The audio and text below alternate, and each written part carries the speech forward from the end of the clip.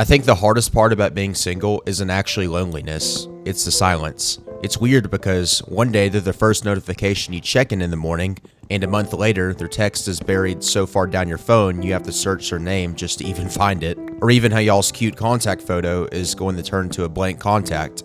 But I think the hardest part is knowing that it could end anytime. It could be a 5-day relationship, or it could be a soul-crushing 3 years of your life wasted. So I recently had a mutual breakup with a girl that I've been seeing for a couple of months now, and it was honestly going great for the most part until we got more serious and really started to dive into our values more.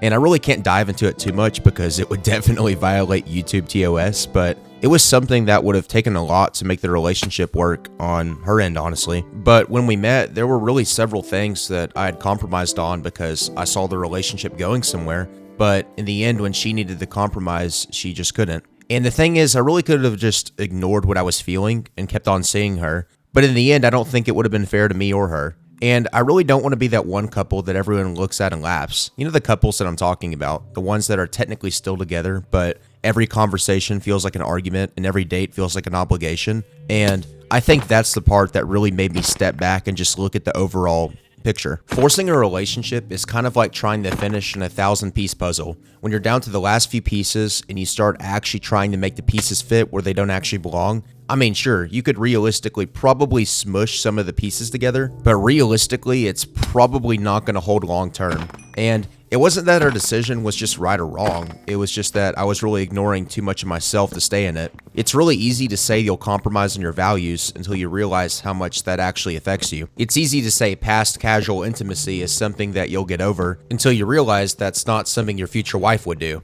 It's easy to say you're cool with your girlfriend having a celebrity crush until you realize that means that she would basically bang him if she could. See what I mean? You could always be cool with it in the moment, but long term, it's always the worst move you could make if you're dating for marriage. But honestly, I don't even blame people for staying in the situations because ending it is truly soul crushing. And I think that's really what made this whole situation so hard to walk away from. You feel relief mixed with confusion after it ends. On one hand, it's nice because you know you can move on. On the other hand, you're wondering if you just lost the love of your life. The small incompatibilities you ignored suddenly feel obvious, making you feel dumb for even making her your girlfriend in the first place, but also just making you sad because at the end of the day, it's just small enough to make the relationship unsustainable. Then you start to realize the red flags you explained away. Like I said, you know, the celebrity crush, the avoidant personality, but it was really there all along and you just chose to ignore it. It's kind of like having a small rock in your shoe. At first it's annoying, but it's manageable. Then you keep walking on it for months, and suddenly you're wondering why everything hurts.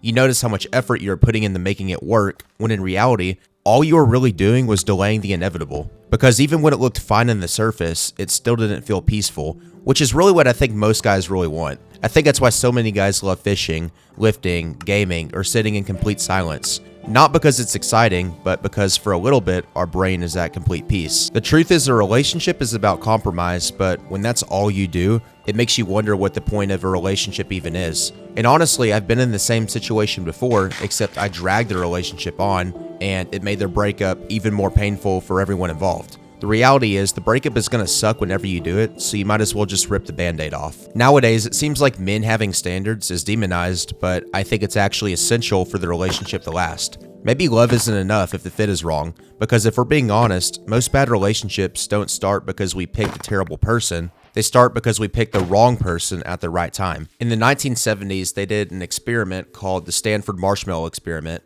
and basically the experiment tested delaying gratification in kids. Basically, the kids were given a marshmallow, and they were told they could eat it now, or wait 5 extra minutes and be able to have 2 marshmallows. But here's the thing. The kids that waited had higher test scores, healthier lifestyles, and stronger social skills. It's like buying the first car you test drive because you're tired of looking. Sure, it gets the job done, but 6 months later, you're wondering why you rushed the decision. If we wait for a future partner that fits all the main criteria, wouldn't our relationship have a higher probability of working out? Wouldn't we feel more satisfied? Wouldn't we want to stay in that relationship? More than likely. And you would also drastically reduce your chance of breaking someone's heart because you're lonely. But on the flip side, if we pick a bad future partner, wouldn't our chances of divorce be higher? Would we constantly be looking for another option? Are you ever going to really fully be at peace? Probably not. And I think that's the brutal reality. The more you want to change your partner, the more likely you are to end it. So be picky from the get-go. I think if most of us are being honest, most of the time we get into bad relationships, it's because we ignore our gut to avoid being alone. Because being alone feels like a problem that needs to be solved immediately, but sometimes loneliness is just the waiting room before the right relationship shows up. Deep down, you know your partner isn't right for you, but you also know it's better than feeling like no one's there for you. The largest pill I've had to swallow is that love doesn't fix incompatibility. You could be perfect for someone on paper and still have a single value that makes people incompatible for you with the future. Most people just end up staying longer than we need to. If we're being honest, a lot of the time you can disqualify a girl in the talking stage, but we don't do it because she's almost right, almost what we're looking for. And the reality is that just drains you, because instead of focusing on her great qualities, you end up focusing on how close she is to being just almost perfect. But what if you never compromised? What would your life look like? Would you have more self-respect for not settling with less than you deserve? Would you have wasted the opportunity to actually have the perfect girl for you in your life? Would you have more peace? Or here's a better question. Would you rather be slightly unhappy or fully alone for a while? Because those are usually the two choices: temporary loneliness or permanent compromise. For me, I'd rather feel sad and alone than sacrifice my peace for months on end. Being single again can mean higher standards, not failure. If you constantly have to sacrifice the qualities that your future spouse needs, you'll just end up sacrificing your peace, and that will always outweigh attachment. The unfortunate truth is, you can still care about someone and still be wrong for them. You can have more love for them than anyone else, but love is never enough. If your values are fundamentally incompatible, you're just going to breed resentment, and that's not really going to be fair to either person. And that's the thing. Letting go can be correction, not loss. Because what feels like loss at first might just be clarity. I mean, sure, the food tastes great, but if you can't play football with your future kid because you're so out of shape, then I'd say that, yeah, that's a pretty hefty cost. I remember buying a pair of expensive Yeezys, and I just couldn't quite get comfortable in them. The shoe wasn't wide enough, and it was slightly too small. But I kept wearing them because I liked the shoe, and it looked great from the outside. People complimented them. They had aura, honestly. They looked expensive, but it just wasn't a great fit. And just like with a pair of small shoes, when you ignore unfixable problems in your relationship, you're only delaying the inevitable, because it won't ever be the perfect fit. So stop ignoring the problems, understand what you need from a relationship, and don't settle for less than what you need again. It's like the Stanford marshmallow example. It's easy to want that girl who wants you when you want a relationship now, but whenever the researcher brings that other marshmallow or that other option into your life, you'll probably start to regret your decision, so start delaying your gratification.